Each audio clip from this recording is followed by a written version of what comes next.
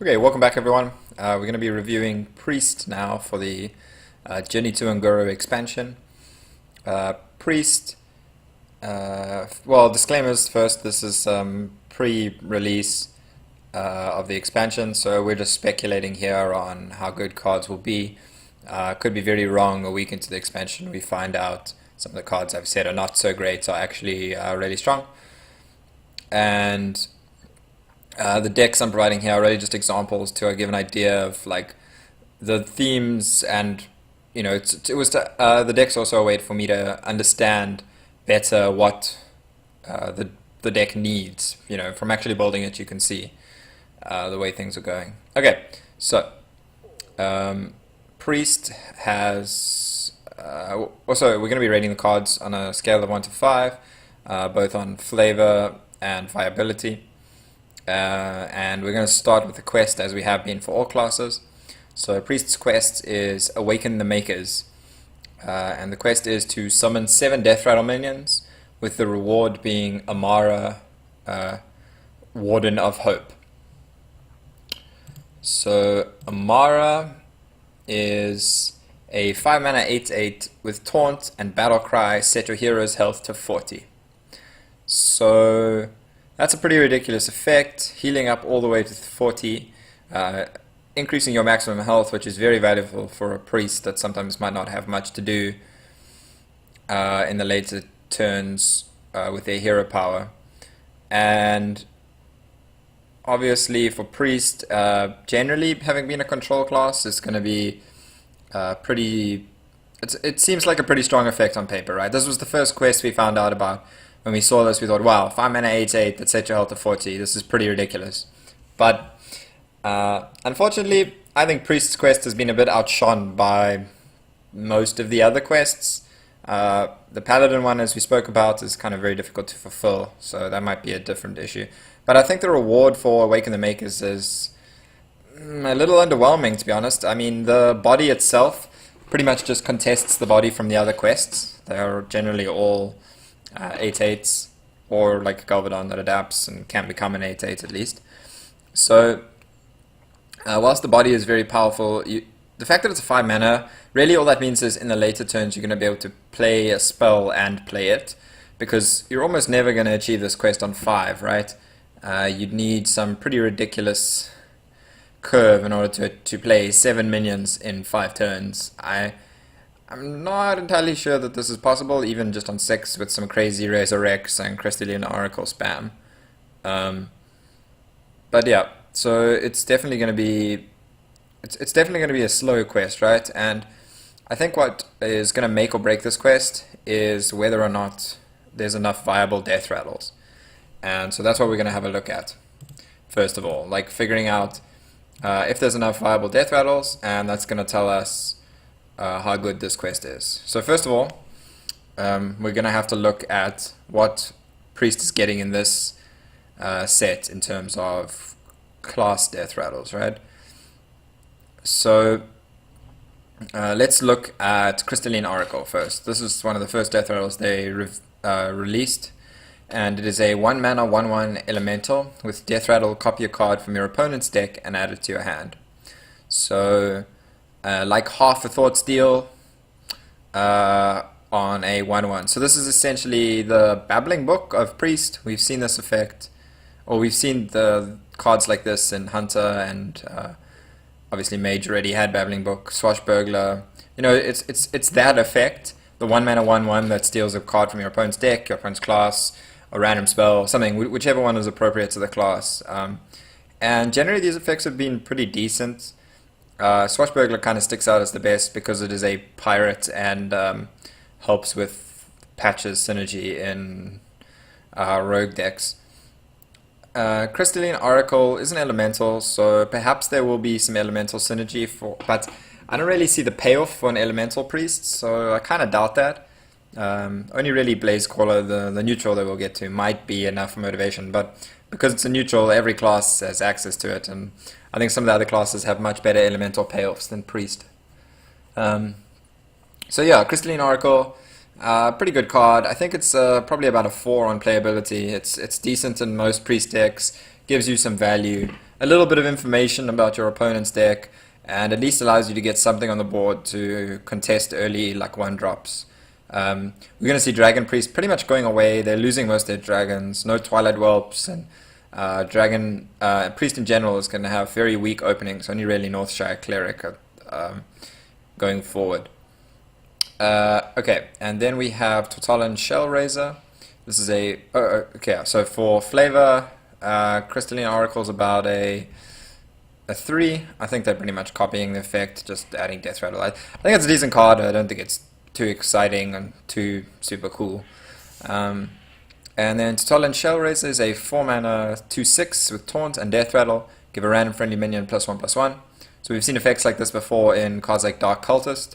The biggest problem with a lot of those cards is that your opponent can kill off your other minions and then kill off the card that buffs them.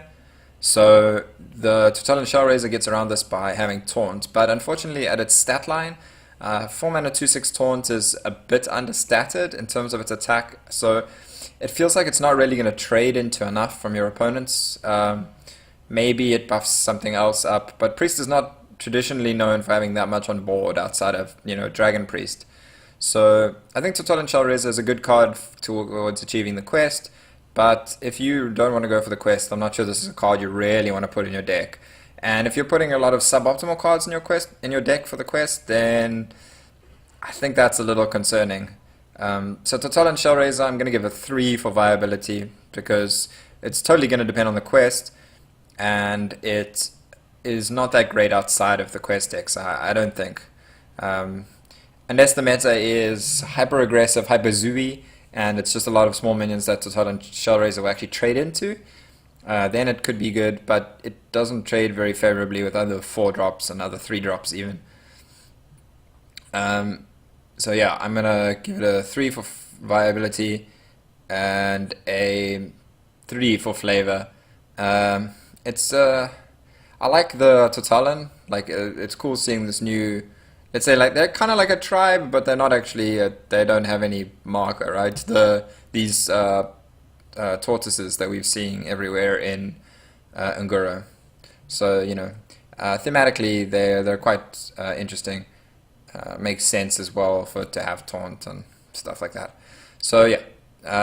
Next, we have Mirage Caller.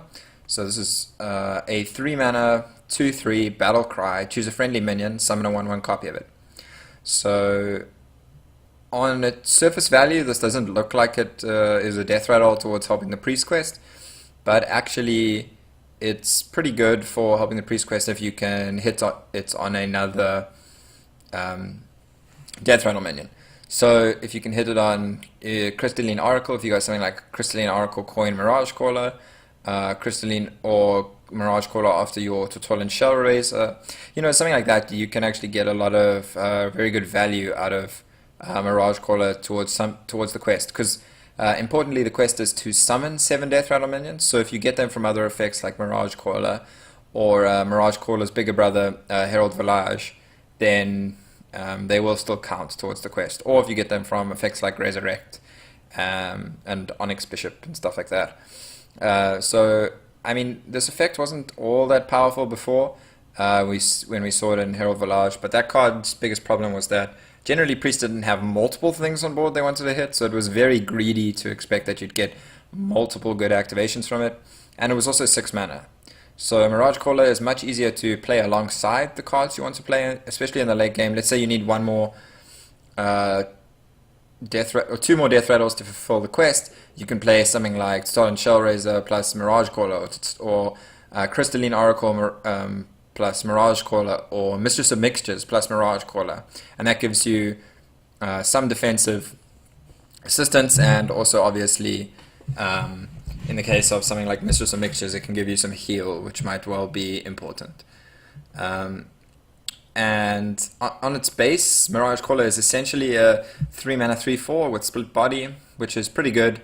Split Body is probably worse in Priest than in most other classes, because they can't really, they don't have a ping to abuse the Split Body, and for them they usually want the maximum amount of health on a single body as possible to make their trading and healing more efficient. So Mirage Caller, I think it's going to be a 4 for playability. This is based on the assumption that Priest is playable, I think Mirage Caller is going to be a big part of Priest decks. Not only Death Rattle themed decks, but there could definitely be some other synergy stuff with like Northshire Cleric, and then you heal something, now you're drawing 2 cards, and that's pretty good for value as well. I also think Mirage Caller might be pretty interesting with Radiant Elemental that we'll talk about just now. So yeah, those are all the Death Rattle class effects. Mirage Caller for flavor, sorry, I'm going to give it a 2. It's basically just a smaller Herald Volage. Not that interesting. I think it's a much better way to do the Herald Volage type effect, but I don't think it's a particularly interesting card. I mean, fun to play with, definitely, but not interesting in terms of creative, let's say. So those are all the cards we have that really help towards Awaken the Makers. And this sort of leaves us wondering, okay, you know, what neutral Death Rattles do we have? So I put together a Priest deck here, running Mistress of Mixtures, Loot Hoarders, Shifting Shade, and Cairn as the other Death Rattles, and then also with N'Zoth, but I'll get back to the N'Zoth thing just now. So when I'm putting together this deck, I was really struggling to find good Death Rattles, to be honest. Death Rattles that you would want to play in a deck anyway that are worth putting in for this quest. Shifting Shade was one of them, but in a world where Pyrothorium is still going to be an issue, and it looks like there's going to be more like Zoo and with a new Hunter deck, there might be a possibility with the quest deck, or just, you know, Zoo, or any like mid-rangey aggro decks generally having more 3, 2, or 3 attack minions. Shifting Shade really loses a lot of value because it can be traded up into by lesser minions or weapons, or, you know, stuff like that, and that's making Shifting Shade a lot weaker. The effect is nice, but against some decks, stealing cards from Pyro Warrior doesn't really help that much. Sometimes stealing weapons can help to control the board, but most of their weapons are aggressive, and you need defensive cards in that matchup. So Shifting Shade is a little bit, it's great in value matchups, but it's a bit dodgy against, it's not really a way to stop aggro decks, right? Which is kind of how you feel this quest is meant to be done. I'm just not sure there's enough defensive Death Rattles to make it work. And then obviously we have the Shell Raisers, we have Loot Hoarder. So Loot Hoarder is essentially there to just help you complete the quest earlier, because the Loot Hoarders will actually draw you a card when they die, draw you a card from your deck specifically, which gives you a much higher chance of actually getting towards those extra Death Rattles to activate the quest. And then Mistress of Mixtures, just a decent defensive card, way to help Priest get on the board and fight for board a bit better. Obviously heal Priest up as well, so they don't have to spend the mana healing themselves, even though obviously they can just do it that way. And then obviously we have the Crystalline Oracle that we mentioned before. One of the neat tricks I thought of when putting this together was simply Resurrect and Onyx Bishop. They work pretty well together, in that resurrecting minions will also allow you to actually count towards the quest. It's a little bit dodgy, but if you're playing enough small, like most of the minions that are happening are coming early in the game here are Death Rattle minions, other than Lyra, Radiant Elementals, and Mirage Callers. Pretty much everything is a Death Rattle, so most of the time Onyx Bishop and Resurrect should hit Death Rattles to help you sort of contribute towards the quest.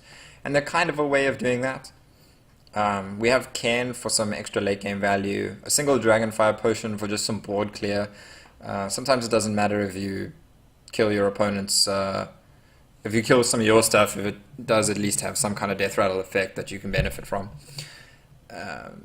Yeah, and I'm really not sold on this deck being powerful. One of the biggest issues I had with this when building this deck was finding a way to actually win the game. With cards like Ragnaros going away, it's pretty difficult to actually have a great win condition for some of these decks in the late game. So I think that could well be an issue with Priest going forward. Um, yeah, I'm really not all that sold on Zoth in the deck. I think in Zoth is actually counterintuitive because a lot of your death rattles are low value. So you don't actually really want to bring them back within Zoth, especially in the very late game. You don't want to really bring back loot hoarders and then draw yourself into fatigue more, because you're never really going to be able to fatigue decks. This deck is going to have a big problem against control or value orientated decks like any of the Jade decks, Jade Shaman, Jade Druid obviously, and even Jade Rogue. This deck's generally, I think, going to suffer most versus most mid-range decks. I feel like the Death Rattle quest is meant to be like a anti-aggro quest, but I don't really feel like there's enough Death Rattles to support that. To support you finishing the quest early. I mean, some people compare it to Reno, but the big thing is that you are not going to play this on turn 6, and a lot of the time you win with Reno, it's by playing it on turn 6. Amara is going to come down a lot later, and I think that makes the card and the quest a whole lot weaker. So I think I'm going to give the quest a 2 for viability, to be honest. I just don't think this quest... I don't think I certainly couldn't find a way to build a win condition and build this quest, because simply healing to 40 against mid-range decks is not going to win you the game. And one single 8/8 threat is going to be relatively well dealt with in a meta where you're going to be expecting a lot of these big threats coming from quests. For flavor, I think it's pretty boring as well, so I'm going to give it a 2 there as well. I just think, I like the Amara part, I just think the summoning Death Rattle thing's a bit weak. I think it's important that they said summon, at least allows you to use some of the priest synergy, the resurrecting stuff, to make it work. Okay, that's enough about that. Let's talk about the other cards in the priest set, or in priest for this set. So we have Lyra the Sun Shard. It's a 5 mana 3/5 legendary, and it has whenever you cast a spell, add a random priest spell to your hand. So, there was talk from the devs that they were a little bit worried that this was too strong, and so far, I don't really see it. There's obviously great synergy with Radiant Elemental, which we'll discuss just now, but Lyra, it's very difficult to judge, right? Random priest spells are probably not that good. I mean, the devs seem to think that the resource generation was the thing to be worried about, but the big difference between this and something like Gadgetzan is you're getting random spells, which are on average not that great, and in particular random priest spells are not that great. I mean, there's a lot of like resurrects and even free from amber and stuff like that are really not that good of spells to get. Hell, you can get a bunch of Awaken the Makers from Lyra. Like, what is the value in having multiple Awaken the Makers if you're not the actual quest deck, right? Quests are really bad random spells to get. Yeah, so I mean, we're not even sure if quests stack for one, so I think Lyra might be playable in some kind of tempo priest deck, but I think the bigger card for that is going to be Radiant Elemental as to whether that deck is viable.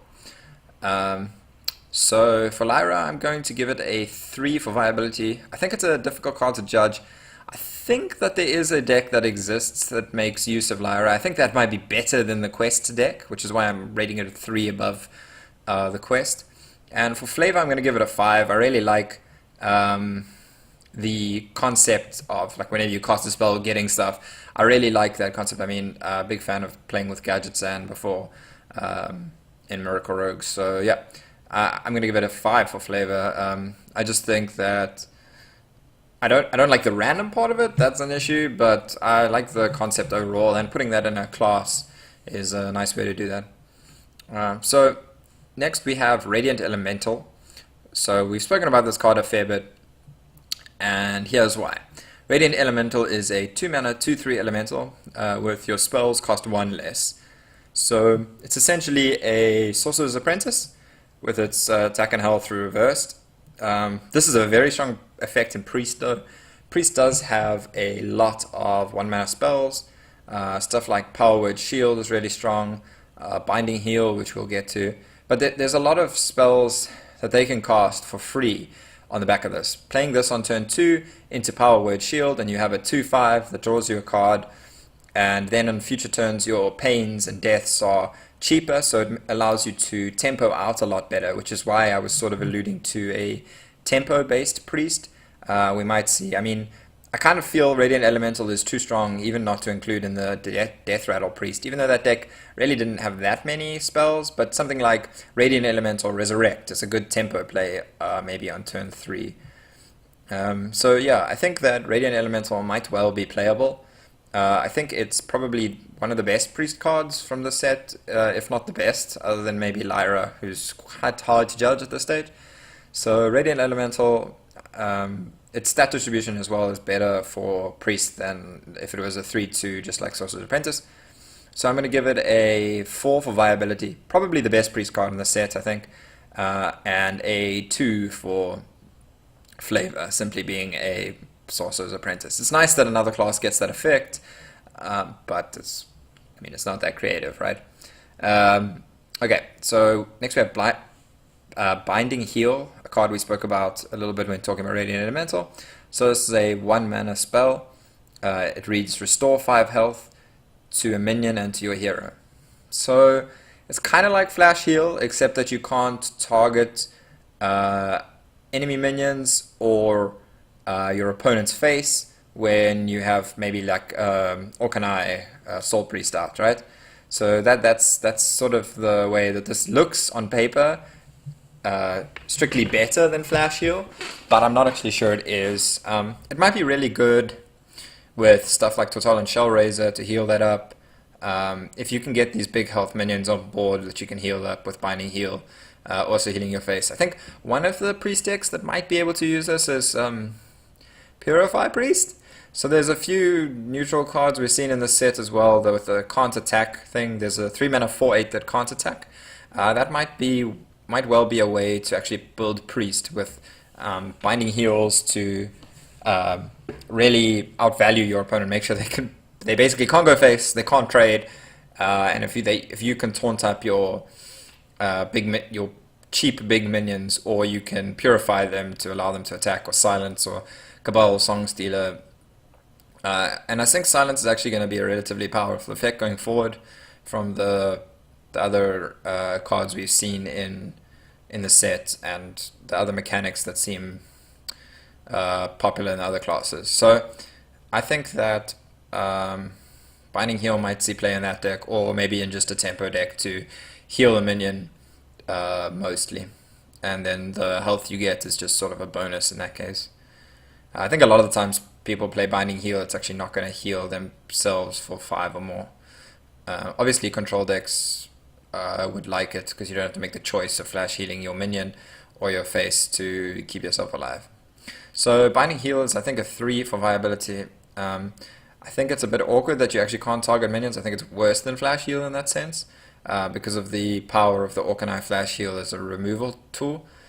And I'm going to give it a 4 for flavor. I like that it's essentially, like, you can still target minions, but it punishes you for doing it. Like, you have to pay life in order to, if you wanted to heal or you wanted to deal damage to an opponent's minion, you're also going to deal that damage to yourself, basically. So I like it for its flavor, a nicer way of doing that pretty silly combo. Next we have Curious Glimmerroot.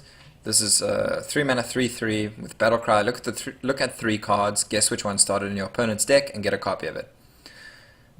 Basically, this is a fancy way of reading Thought Steal for 1 card with a 3/3 body. Except that you are getting cards that started in your opponent's deck, so it is possible that they've played both copies. So there's no way that your opponent can know. They can't limit the set of cards that you could have gotten from Curious Glimmerroot, which is somewhat important. I think once the meta settles, it's pretty easy, certainly at like top legend levels and stuff, to know what's in what decks. So it should be pretty easy to guess. You should get it right most of the time. It'll be a bit trickier when the set first launches and everything's a bit chaotic, but after a while you'll definitely know, and then it's a pretty good card for that. For that purpose. I think its body is a bit awkward for Priest, that suffers a lot from 2-drops and from lacking 2-drops, but maybe Radiant Elemental helps that now. And I think in tempo-based Priest it could well be playable. So I'm going to give it a 3 for playability. The fact that you basically just get one random card from your opponent it's obviously not as good as something like Jack Knight Operative where you actually get to choose. And I'm going to give it a 5 for flavor. I like that they're introducing a new way of doing the choose, punishing people that don't have meta knowledge. It can encourage more people to learn more about other decks, and that could help make them better players overall. Next we have Shadow Visions, which is a 2-mana spell. Discover a copy of a spell in your deck. So immediately one thinks of combo decks, but with Thaurissan going away, I don't really think there is a Priest combo deck that can use this. This is just a way of getting more copies of the cards that are in your hand, so in your deck. So if let's say you only have Pain and Death in your deck, and you cast Shadow Visions, because Discover will give you 3 options, it will give you the other Shadow Visions, assuming it's still in your deck, Pain and Death, and then you can guarantee that you can get that extra Pain and Death whenever you need it, and you'll know which one you need, right? Because you'll just cast this as you want to cast Pain and Death. It basically adds a 2-mana tax to do that. And that can be a bit problematic if you want to be able to tempo out. But if you're on board already and you're just removing the stuff your opponent just played, then it can be pretty powerful. So I think in a tempo priest deck, especially maybe one with Lyra and Radiant Elemental, it might well be playable. So I'm going to give it a 3 for playability and a 4 for flavor, 5 for flavor actually. I really like the idea of discovering cards in your deck. It's a bit of the opposite for priest, right? Usually they're used to discovering cards in their opponent's deck or getting cards from their opponent's deck, but I really like this. I really like the flavor of this card. Next we have Free from Amber, which is an 8-mana spell. Discover a minion that costs 8 or more, summon it. So if you discover Death Rattle stuff, you can count towards the quest, but there's really just, with Ragnaros going away, I feel like there's not that many good things at 8 or more. I believe this is only things within your class and neutrals, and Priest really doesn't have any big drops. I mean, the things you're looking for out of this are like Ysera, maybe Malygos if you had some combo with it, like a Powered Shield the next turn, or maybe something like, I mean, there's the Giants that are like 8/8s, right? But then you're paying 8 mana for an 8/8. You're not actually getting any reduction here. I mean, the best case scenario, you get like your Sarah, right? You're getting a 1 mana cost reduction for a card that you have a chance of not getting. So whilst this can give you decent cards, there's actually a lot of really bad, like just big beefy bodies, cards that you don't really want. I mean, North Sea Kraken is pretty bad to get from this because you don't get its Battle Cry, for instance. It's only a 9/7. Yeah, there's cards like that are just not that good to get from this. I mean, Core Hound, for example, pretty horrible to get from this. So I think Core Hound is. Anyway, doesn't matter. The point is that I think there's more bad things you can get from this than good things, and if you really wanted that good thing, well, just put it in your deck. You need to have a reliable win condition in Priest, and I think that's going to be one of Priest's biggest problems going forward. So I'm going to rate this card a 1 for playability and a 3 for flavor. I do like the idea, obviously, actually 4 for flavor. The idea of the discovering things from Amber is very Jurassic Parky, which is very Anguro themed, so I like that. And so yeah, that's all the Priest cards. Overall, I think Priest is going to be pretty weak, if not the bottom tier class. I do not think the quest is very good and very viable. I think basically you can take 2 away from all of these ratings if Priest is not actually playable. I think the only Priest that might be fun to play with is some sort of Lyra, Radiant Elemental Tempo Priest. I think that could be quite fun. But overall, I'm not very positive on Priest's outlook going forward. I really struggled to put together a deck here for Priest, and I think that's pretty telling that Priest is just not going to be that strong. I'd rate it as probably the bottom class coming out of Anguro. It loses Dragon Priest, its only viable archetype at the moment, really. I mean, Reno Priest is dodgy, and it loses that as well, even. So I don't really see any Kazakus decks being viable either. It doesn't have the tools to deal with aggro, and it doesn't have the value to beat the control decks or the Jade decks. So I just don't see a place for Priest in the upcoming meta. So yeah, that's all for this Priest review. Please like, subscribe, follow, do all those things, help the channel grow, and let me know if you think I'm completely wrong and you have thought of some meta breaking priest deck, perhaps. Let me know in the comments or tweet at me at div_gaming. But yeah, cool. Thanks a lot for watching. Cheers for now.